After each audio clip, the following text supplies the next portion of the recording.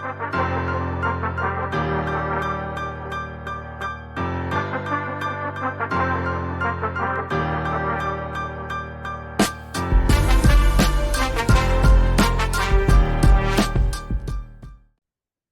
Wednesday, everybody. We had another great night last night filled with playoff basketball, playoff hockey, and some MLB action. I'm your host, AJ Nance, and I'm here to cover it all today. Hope everybody's having a great week so far. It's Wednesday. You're halfway through it. I'm glad you're here with me this morning, this afternoon, or this evening on this Wednesday. Let's hop right into it. Let's get it started with the NBA. Two games last night, starting the East, the Philadelphia 76ers and the Boston Celtics. The series was tied 2-2 going into this one, and the Sixers went on the road and got a massive win in Boston, 115-103. Philly now has the 3-2 lead on the series, going back to Philadelphia up 3-2. They are sitting very nicely right now. Stars wise, Joel Embiid had a great game, 33.7 rebounds. Tyrese Maxey was a guy that stepped up big for Philly, 30 points for Tyrese. James Harden, 17, 10, and 8. You really can't predict what James Harden's going to be on a night-to-night basis. We saw him drop over 40 in this series. We've seen him, as in this game, 8 shot attempts. I really don't know how to feel out James Harden. He's kind of giving me Anthony Davis every other day type of vibes. He wasn't awful in this game by any means. 4 of 8 shooting, 17 points, 10 rebounds, 8 assists. He was very good actually, but just not a lot of action for James Harden. Not a lot of shot attempts, which is just kind of odd. Saying that he just dropped 40 in Philly in game whatever that was, game 4. So it's really hard kind of grasp what kind of James Harden you're going to get on a nightly basis. On the Celtics side, Jason Tatum with 36 points on a 10 of 27 shooting night, not very efficient. Jaylen Brown with 24. And then I had to point out Al Horford, who had 0 points on 0 of 7 shooting from the field. Definitely a big blow there. He was also matched up with Embiid a little bit and got cooked on that end. So he was a big liability on the floor during this game 5, and definitely a reason why Boston lost. If you look at the two teams matched up together, this gets really interesting because Philly won by 12, and you would think there would be some big margin here when it came maybe the turnovers or 3-point shooting. So they had the same amount of threes with 12. Boston had 2 more free throws made than Philly. They had 25, Philly had 23. Philly had 1 more turnover than Boston. So Boston kept control of the ball better, took care of the ball better. They had the same amount of steals, 4-4. So you look at all these numbers and they're thinking this game is going to be super tight.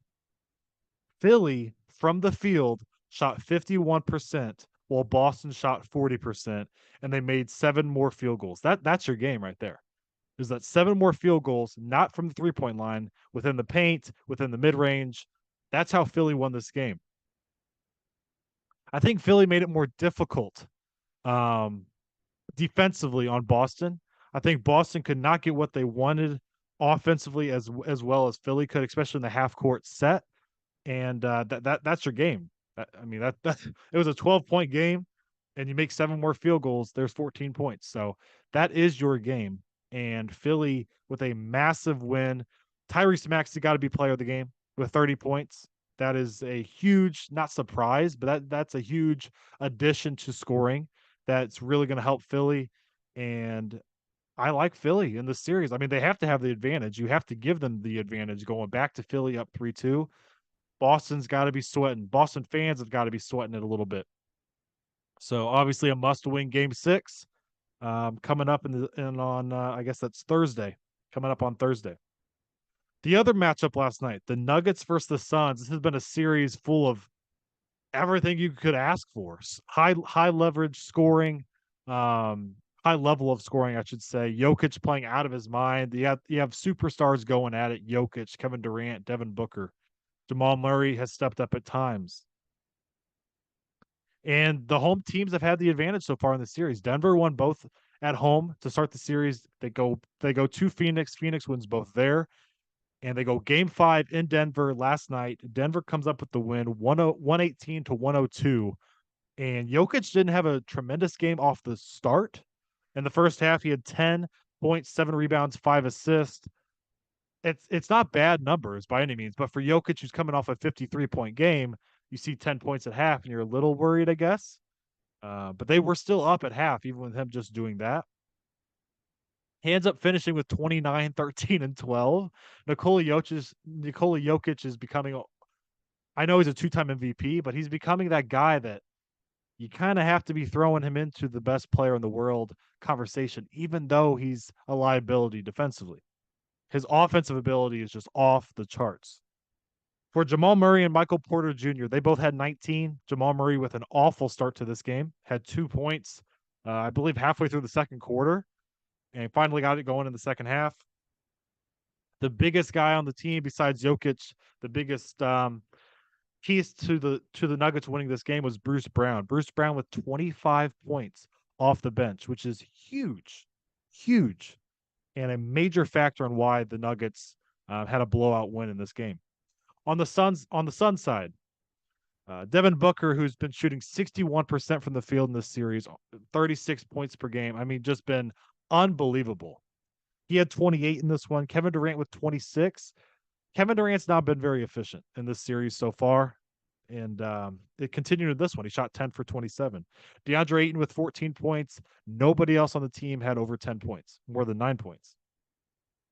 So, no Chris Paul. I thought it would hurt them, or I thought it would be better for them, I should say. It didn't look great last night for them, but this is expected. Going to Denver for game 5 after winning two hard fought games at home. You expected Denver with the altitude, with home court advantage. They have a great home fan base there. They do very well at home. I expected them to win this. I'm still rolling with my pick, Suns in 7. I think it comes down to, I think Phoenix does win game 6, and I think it comes down to game 7. I know it's in Denver, but I'm rolling with, in my opinion, a top 10 player of all time, Kevin Durant, coming through. That's my pick. Would it surprise me if Denver comes out and wins it in game 6? That would actually surprise me. But if they win it in game 7, that would not surprise me. I'm still rolling with my pick of Suns in 7. It's been a very chippy series. Nikola Jokic had the interaction with the Suns owner at one point in game 4, I believe. And luckily, he was not suspended for that, just got a fine. Kind of joked around with the owner before the game, in game, I guess, 4 or 5, whatever that was. Saw a clip of that. So all love from Nikola Jokic, which you love to see. But yeah, guys, I'm rolling with my prediction, Suns in 7. I'm going to stick with that. And I do think the Suns win game 6 and they close the series in Denver, which I hope it goes 7. As a LeBron fan, as a Lakers fan, we're up 3-1 and we have a chance to close it out tonight, which is a big game. I wasn't going to talk much about that. I do think the Warriors win tonight, being at home. I think the Warriors do get it done tonight, but I hope I hope the Lakers come out with their foot on the gas. I just don't see it happening. I see them saving some energy for game 6, which I don't like that. When it came with the Grizzlies, I was okay with it because it's the Grizzlies, but with the Warriors, you don't want to give them any sliver of hope. And I just have a feeling that we are going to be giving them a sliver of hope tonight. Moving on to the NHL, there was 2 matchups last night, unlike our one last night. Starting in the East with the Carolina Hurricanes and the New Jersey Devils. The Canes won both games at home to start this series. New Jersey won their game 3 at home in the first game of their two home game set. This one did not turn out good for New Jersey, though. They lost 6-1 to the Canes. The Canes go up 3-1 in the series now. Freddie Anderson was great for the Hurricanes in net, 21 of 22. And the Canes went down 1-0 early. The Devils came out flying. Jack Hughes with the goal to get started. And then they scored. The Hurricanes scored 6 unanswered. So they just exploded after that. And the Devils came out flying and just could not sustain that for the whole 60 minutes. It was a must win, in my opinion, for New Jersey, though. I feel like you going down 3-1. This is a Hurricanes team that was predicted to win it all coming into the season, and I they were my pick to start the year to win it all. I rode away from that going into the postseason. They've looked really good here, and this is a cool Devils team. This is a young, exciting Devils team. But when you look at the Devils, and when you look at the Hurricanes, it's pretty obvious the Hurricanes are gonna finish this series, and I do think they finish it in Game 5 on home ice. It's a great season for New Jersey. I feel bad kind of writing them out already. It was a great year for them, a great youthful season. They kind of went all out, getting Timo Meyer halfway through the year. But they have a lot of young stars on that team. That's going to be this is great. This has been a great experience for them. They made it past the first round. I do think this is it for them. If it's not, they may prove me wrong. I don't really see that happening. I see Carolina getting it done. Um, Carolina is a different breed. They were built for this time of year. They went out and got a veteran presence in the offseason, and Brent Burns on the back end. That's really helped them out.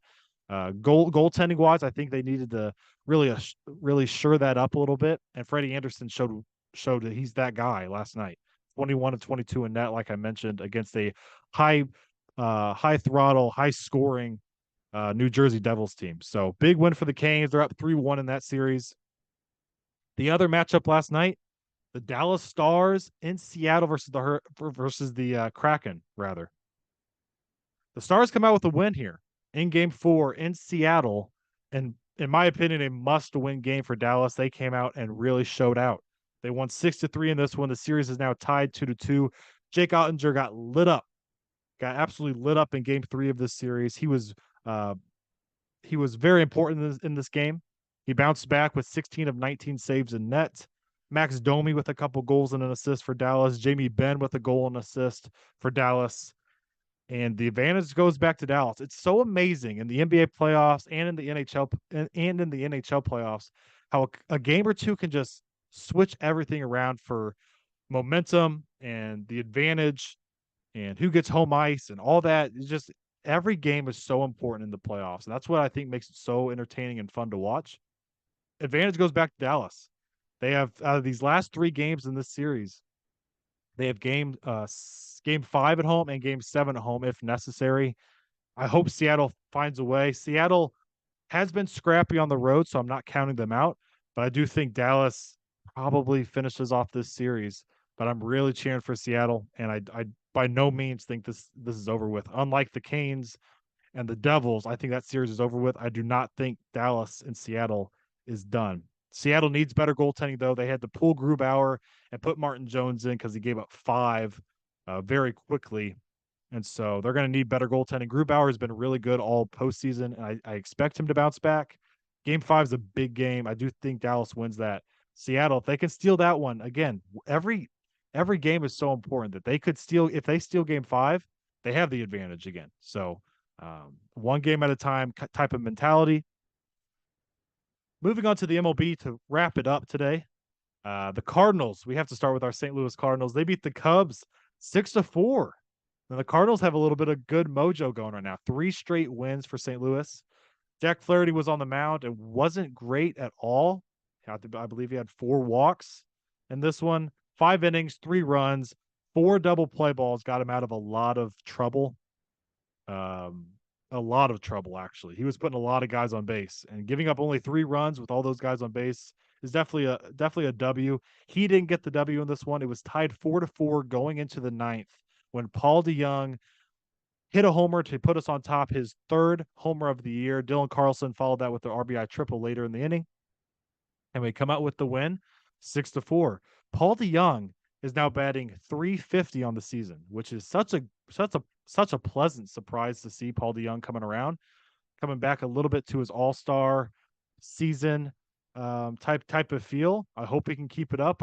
His stance is different, his load is different, and it's really working for him right now. And the Cardinals have won 3 straight. A little storyline I took from this game actually comes from the Cardinals bullpen, and that's Chris Stratton, who now has an ERA under 3 on the year, and he has been very good. And I think they need to use him in more high leverage situations. He's been in this mop up role.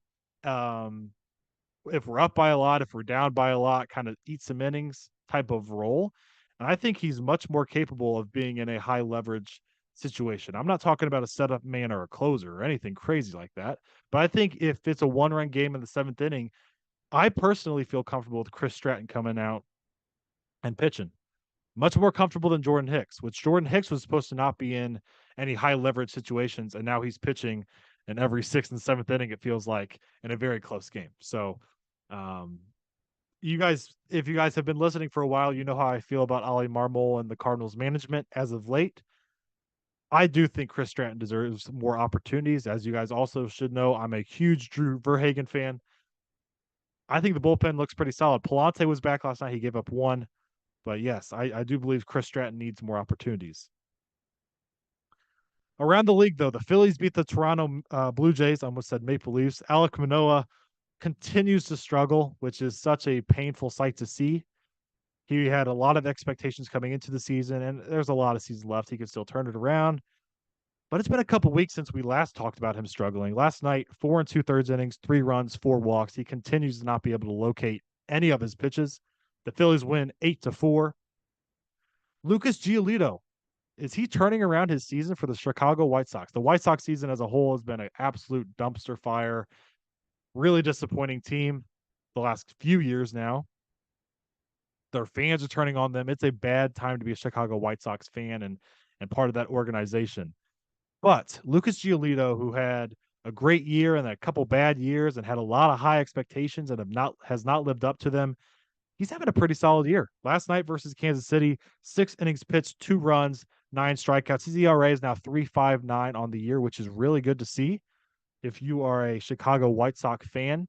And of course, for Giolito, this is a guy who's supposed to be an ace, who's supposed to be high paid and carry that pitching staff, and he has not done that the past couple of years. His ERA was even over 6 one year, and he has, also being a top draft pick, he's having a good year so far. So hopefully he can keep that up if you're a Chicago fan.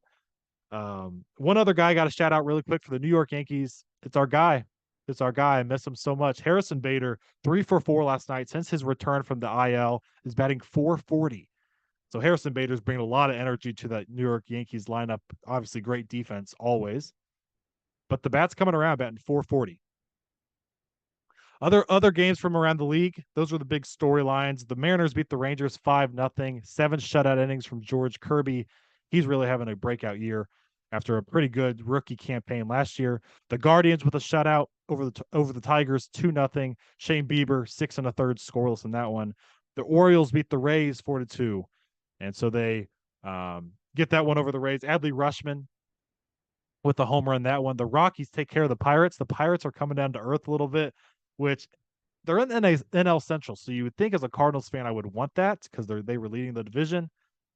But I low key am kind of liking the Pirates. I kind of want them to do well. But the Rockies do win this one 10-1. The Reds take care of the Mets at home 7-6. I mentioned Harrison Bader. The Yankees win this one 10-5 over the A's. The A's season continues to be awful and they continue to struggle. Aaron Judge is back from the IL in this one, which is great to see. Not just for the Yankees, but for all of baseball. He's a huge face in baseball, and you want to see those big guys healthy. The Braves beat the Red Sox 9-3.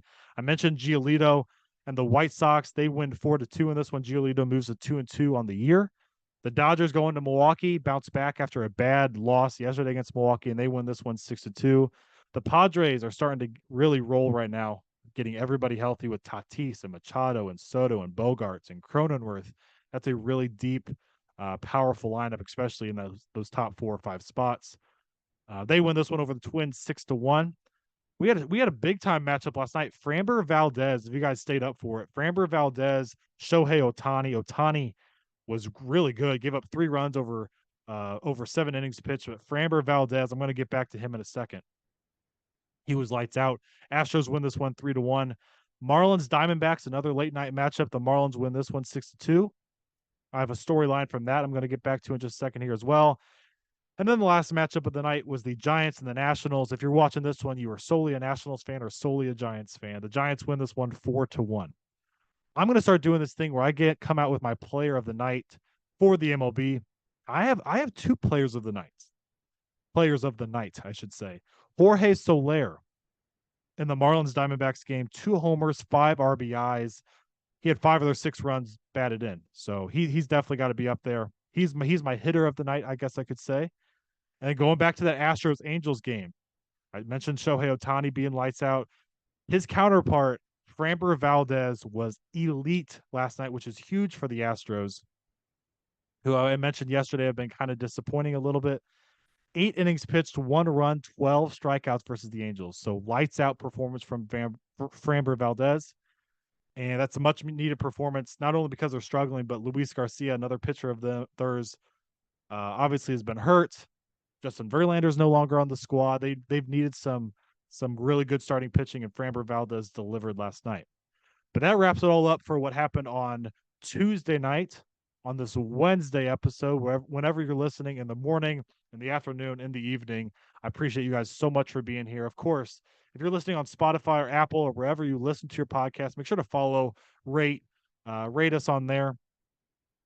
We really appreciate it. On YouTube, of course, subscribe, like this video, and of course, follow on Instagram and all of our other platforms. On all of our platforms, we have a link tree in our bio. So make sure to go check us out. TikTok, Twitter, wherever you're at, we're at as well. So make sure to go check us out. Much love, guys, and we will see you guys tomorrow. Thanks.